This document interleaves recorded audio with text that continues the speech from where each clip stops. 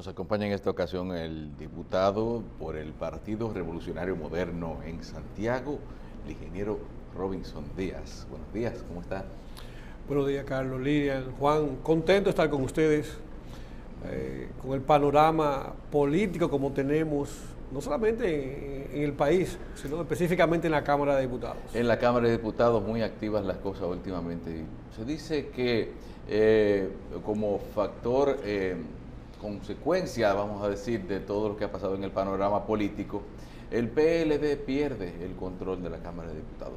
¿Alguna vez lo tuvo o simplemente lo tuvo realmente por sí solo, o es que las alianzas sumadas a la división le han restado esa fuerza y ha incidido eso en la conformación actual de los bloques dentro de la Cámara?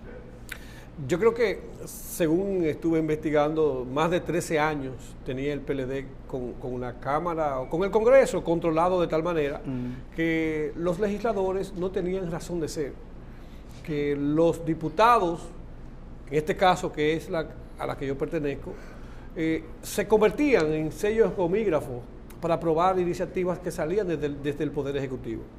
Y es la primera vez después de tanto tiempo en donde existe una correlación de fuerzas.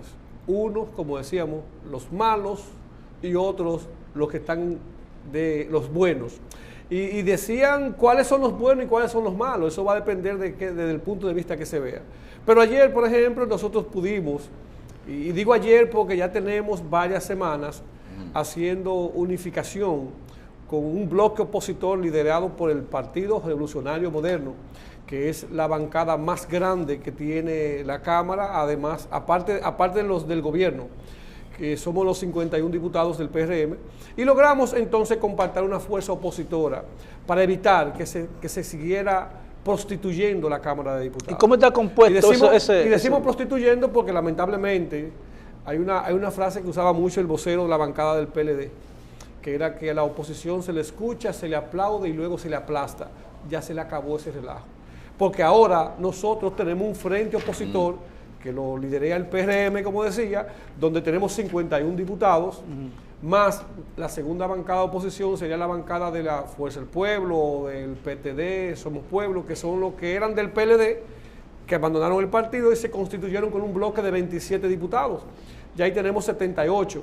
Si le sumamos 10 diputados del Partido Reformista, que aunque fueron aliados con nosotros en el proceso del 2016 y ahora hicieron alianza con el proyecto de Leonel Fernández, entonces estamos hablando que son 10 más.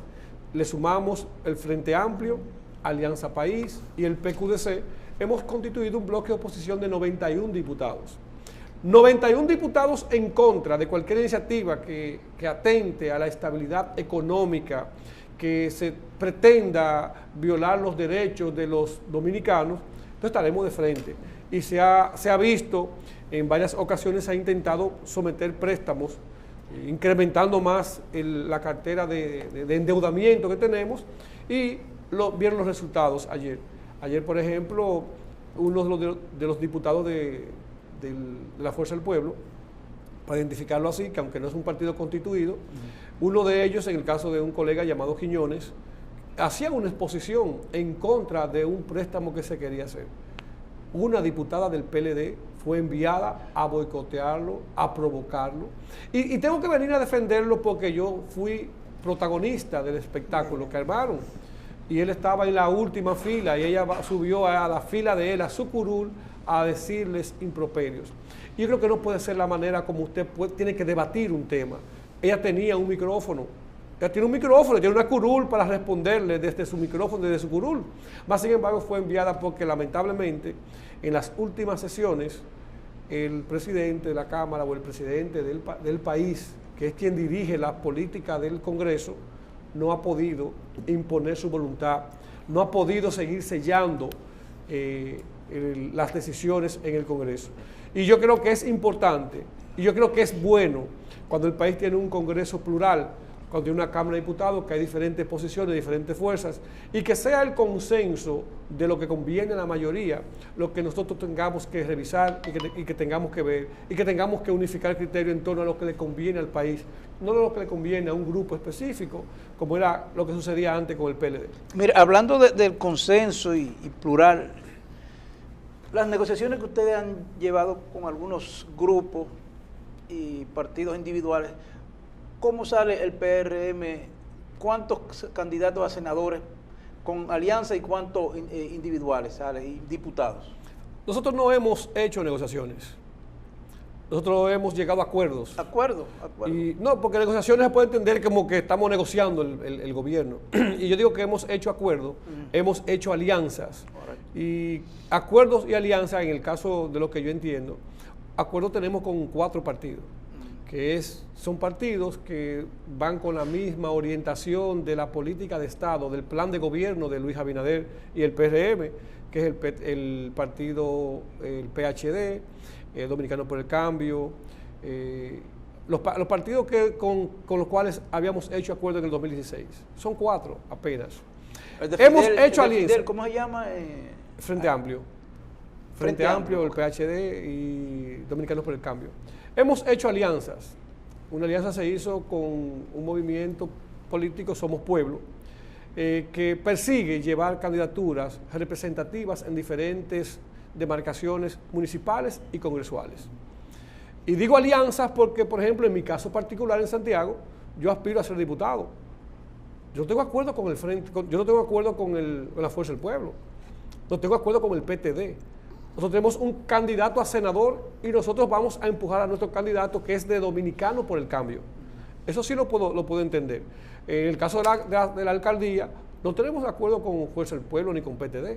Tenemos acuerdo con Dominicano por el Cambio, con el PHD y con algunos movimientos que se han sumado al proyecto municipal en Santiago de los Caballeros. Y digo esto porque quizás se ha querido hacer noticia de que hemos pactado con el leonelismo, que hemos pactado con la Fuerza del Pueblo y cosas así. Y yo digo que en el ejercicio de buscar el poder se puede construir cualquier alianza. Ahora, en el caso de lo que hemos hecho está completamente transparente. Hemos hecho alianzas para llevar candidaturas a la senaduría en 24 provincias, en la cual nosotros tenemos candidatos potenciales y en otras no teníamos candidatos y decidimos entonces empujar, pensando en lo mismo que decíamos al principio. Si tenemos un Senado plural en el cual tenga diferentes partidos y representaciones, entonces tendríamos por primera vez un Congreso que realmente va a representar los intereses de los diferentes proyectos políticos y de los diferentes ideales de los partidos.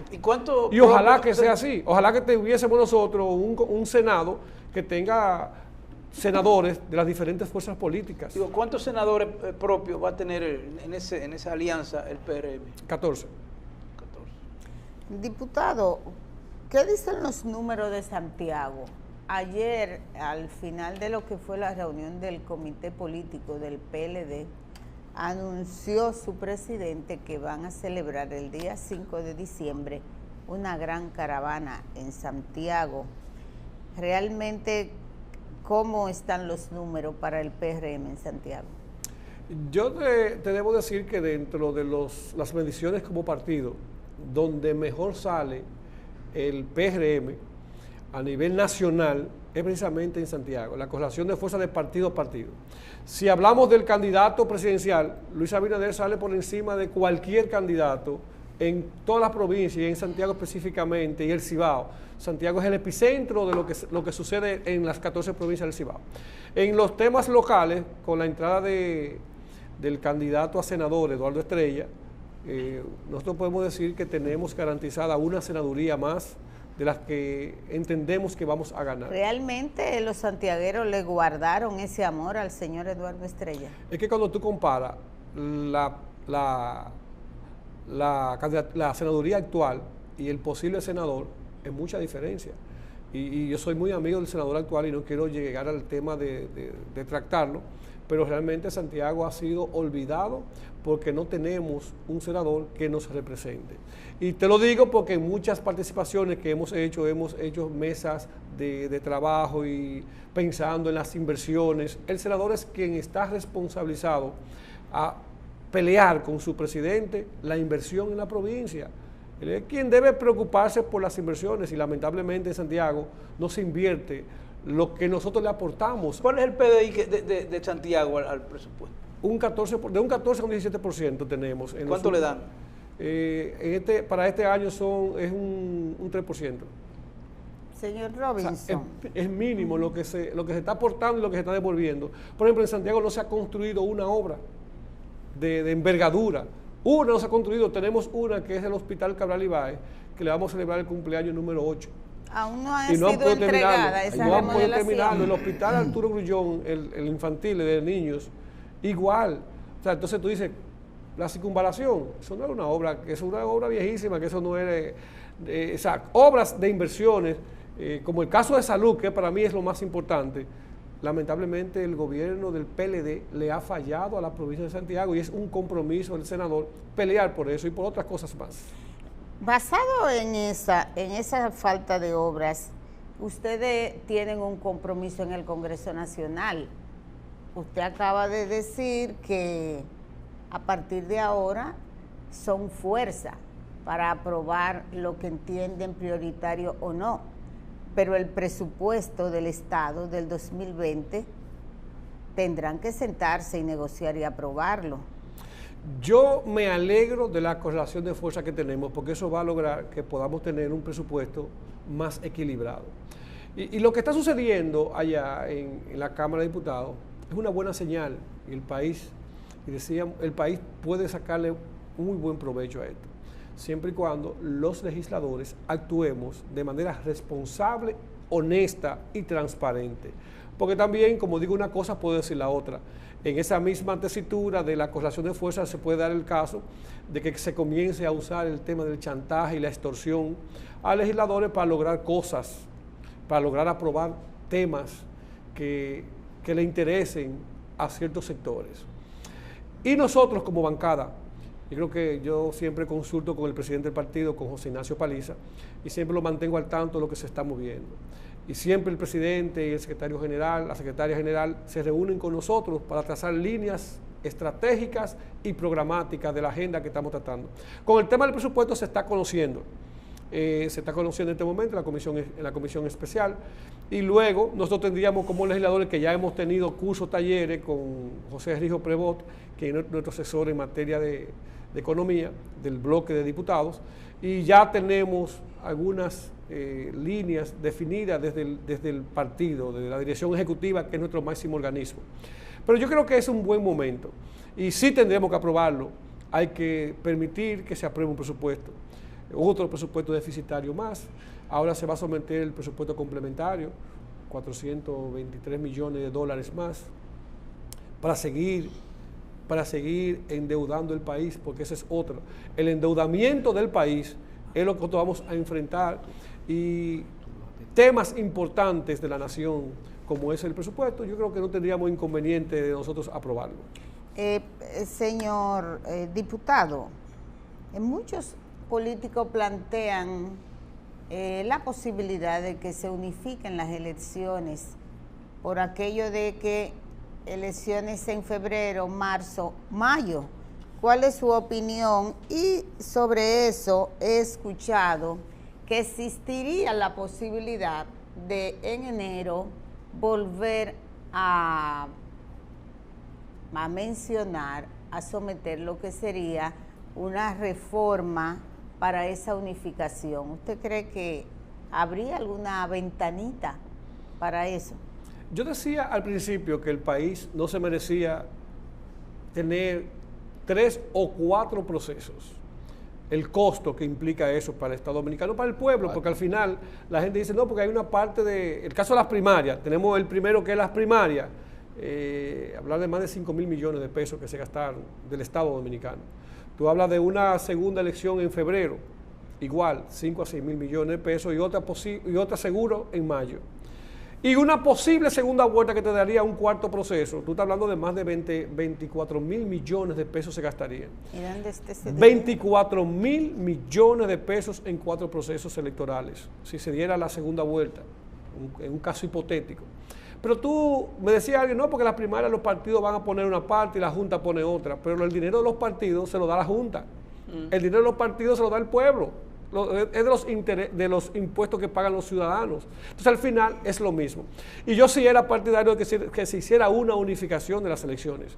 Yo apostaba a eso, precisamente por el tema del costo, pero lamentablemente no se pudo hacer porque los intereses de grupos partidarios no pudieron ponerse de acuerdo, que se quería negociar, unificar las elecciones con la activación de Danilo Medina. O sea, se quería negociar eso y el PRM y Luis no estaba de acuerdo. Entonces, que se dé ahora en este proceso lo mismo y que se quiera unificar el tiempo, acuérdense que la Junta tiene plazos y tenemos tiempo que es difícil. Que se quiera hacer lo mismo, vamos a reactivar a Danilo Medina para que nos unifiquen las elecciones, y debo decirte que al PRM le conviene la unificación y le conviene al país, porque eso va a evitar procesos que pueden ser muy complicados. El proceso que acaba de pasar, no solamente lo que le costó a la Junta y a los partidos, a este país le costó, un solo candidato gastó más de 2.000 millones de pesos, que es el candidato de gobierno. Pero el otro que lo enfrentaba, que también era del mismo partido de gobierno, debió gastar más de 1.000 millones de pesos. Y son tan irresponsables que yo vi unas declaraciones de lo que gastaron los candidatos en este proceso, y decía que el candidato del PLD, del gobierno, el candidato de Danilo Medina, me explico, Gonzalo Castillo, que gastó 418 millones de pesos, salió en el periódico hace una semana, 418 millones, dice él que gastó. Pero a él se le olvidó que el 30 de agosto había declarado que había gastado 268 millones de pesos en lo que iba de la campaña. O sea, al 30 de agosto había gastado 268 y termina diciendo que gastó 418. O sea, él gastó 130 millones en el mes fuerte, que es septiembre, y el día de las elecciones. Entonces, eso es una burla al país, y por eso vimos el caso de las declaraciones de las contrataciones del Ministerio de Obras Públicas, de los 11.600 millones que la periodista Alicia Ortega denunciaba, porque de verdad hubo un despilfarro, hubo una irresponsabilidad en el gasto, hubo un mal manejo que yo entiendo que en los próximos días nuestro partido va a estar haciendo una pronunciación, porque sé del tema que se va a hacer así. Diputado, vamos a ver lo que ocurrió ayer en la Cámara de Diputados.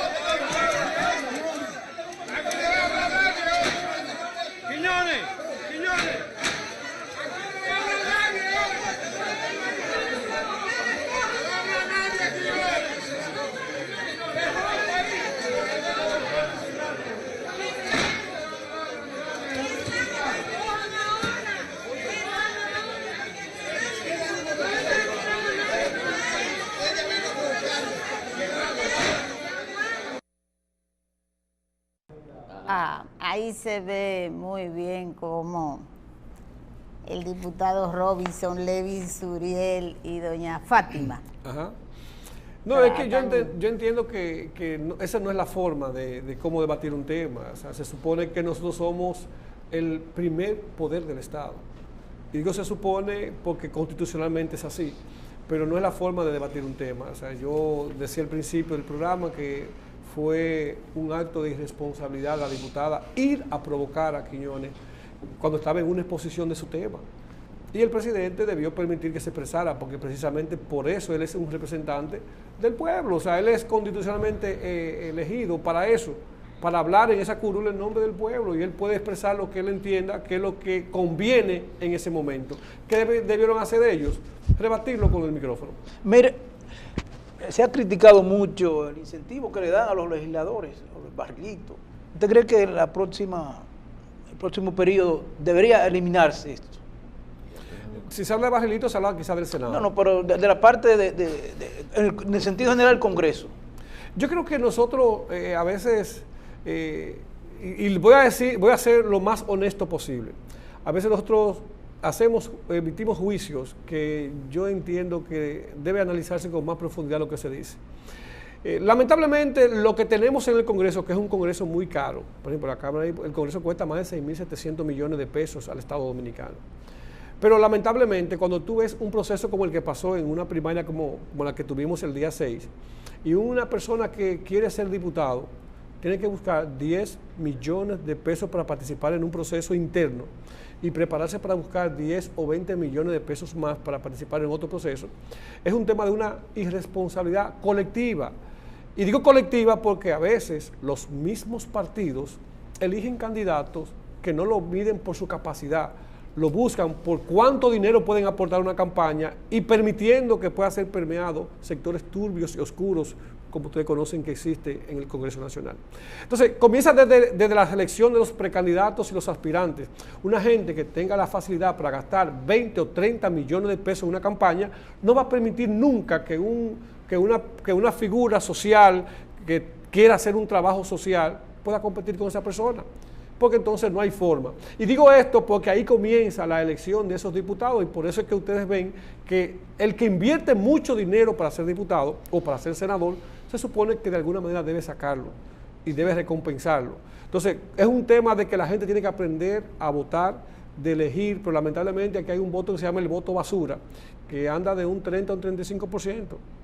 El voto basura es aquel que sale a prostituirse. El voto basura es el voto basura, que es el que no lo tiene nadie, que al final pesos. Tú tienes que salir a comprarlo, y no debe ser. Y ahí comienza entonces el problema de tener representantes en el cual hay que compensar lo que gastó en una campaña electoral. ¿Y por qué? Y es una irresponsabilidad de todos, desde el que vota, desde el que aspira, desde los partidos. Y desde la alta dirección. Desde las altas, sí, claro, desde los partidos también, y desde el Estado. Porque, por ejemplo, yo decía de forma jocosa, si a mí me dieran una diputación nacional, yo lo haría de manera honorífica. Sí, no tiene que... O sea, yo no cobraría. Porque si usted, como legislador, no le lleva ahora en diciembre una canastica navideña a un dirigente político, te puede asegurar que se le va a ir con otro que se la dé. Entonces, lamentablemente, el mismo sistema ha convertido a los dirigentes sistema clientelar. A un sistema clientelar de prostituidos, de arriba a abajo. Yo decía que el clientelismo aquí existe en todos los niveles, desde el empresario que aporta para la campaña, para que cuando el político llegue, entonces se lo devuelva con un favor de alguna situación que pueda resolverle. Es un problema que tenemos, pero es un problema genérico, es un problema social. Y por eso, lamentablemente, el sistema partidocrático está en sus peores momentos. Por eso ustedes ven que los aspirantes están por encima de lo que marcan los partidos.